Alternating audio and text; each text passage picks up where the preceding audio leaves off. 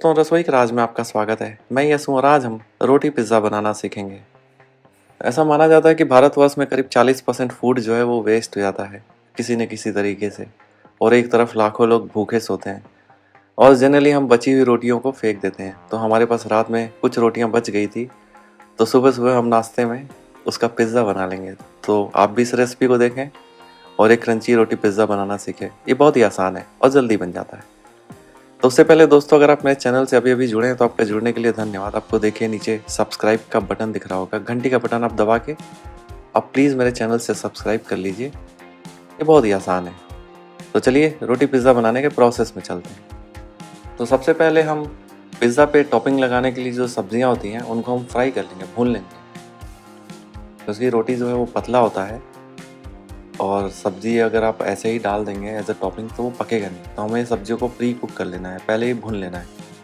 तो आपके पास जो भी सब्जियां हैं, जिन सब्जियों का आप उपयोग करना चाहते हैं अपने रोटी पिज़्ज़ा के ऊपर लगाने के लिए, तो उसे आप काट लें, पैन में बटर लगाएं, हल्का सा नमक डालें और उसे फ्राई कर लें। पलट पलट के आप अच्छे से फ्राई कर लें और आप इसे साइड में रख लें।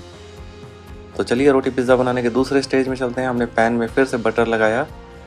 अब हमारे पास जो रात में बची हुई रोटी थी उसको हमने पैन में रख लेना है। तो आपको फ्लेम जो है वो बहुत ही लो रखना है। आप अगर मीडियम और हाई फ्लेम में इसका पिज़्ज़ा बनाएंगे तो रोटी नीचे से जल जाएगा। फ्लेम आप लो रखें, ऊपर से सॉस लगा लें, सॉस को अच्छे से स्प्रेड कर लें पूरे रोटी के ऊपर। जैसे आप पिज़्ज़ा सॉस स्प्रेड करते हैं पिज़्ज़ा बेस के ऊपर, वैसे ही आपको स्प्रेड कर लेना है।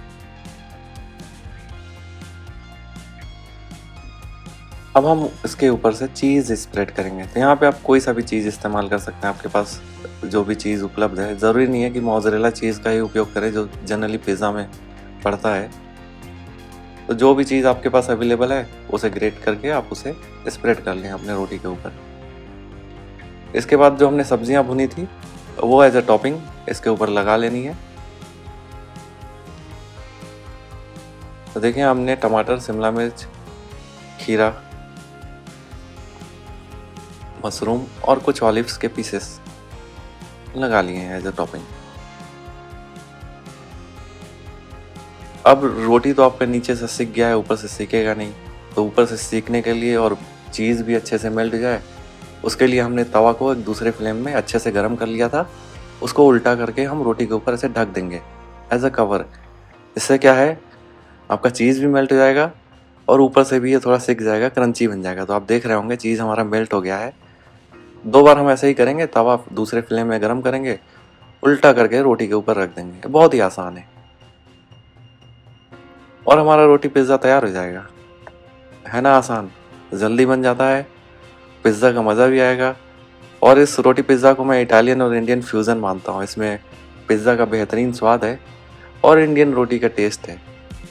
और पिज़्ज़ा से ये ज़्यादा हेल्दियर है। पिज़्ज़ा का जो बेस बनता है वो जनरली मैदे से बनता है, ये तो गेहूँ का आटे का है। अब हम इसे काट के दिखाएंगे। ये बहुत ही क्रिस्पी और क्रंची है, पिज़्ज़ा वाला पूरा मज़ा आएगा आपको इसमें। देखिए, है ना लाजवाब। तो दोस्तों, आप इस रोटी पिज़्ज़ा को अपने घर में ज़रूर बनाएं और हमें कमेंट्स में लिख के बताएं। अगर आपको ये वीडियो अच्छा लगा हो तो उसको लाइक और शेयर करना ना भूलें। और भी ऐसे मज़ेदार रेसिपीज़ के लिए आप प्लीज़ मेरे चैनल से सब्सक्राइब कर लीजिए। आपका धन्यवाद।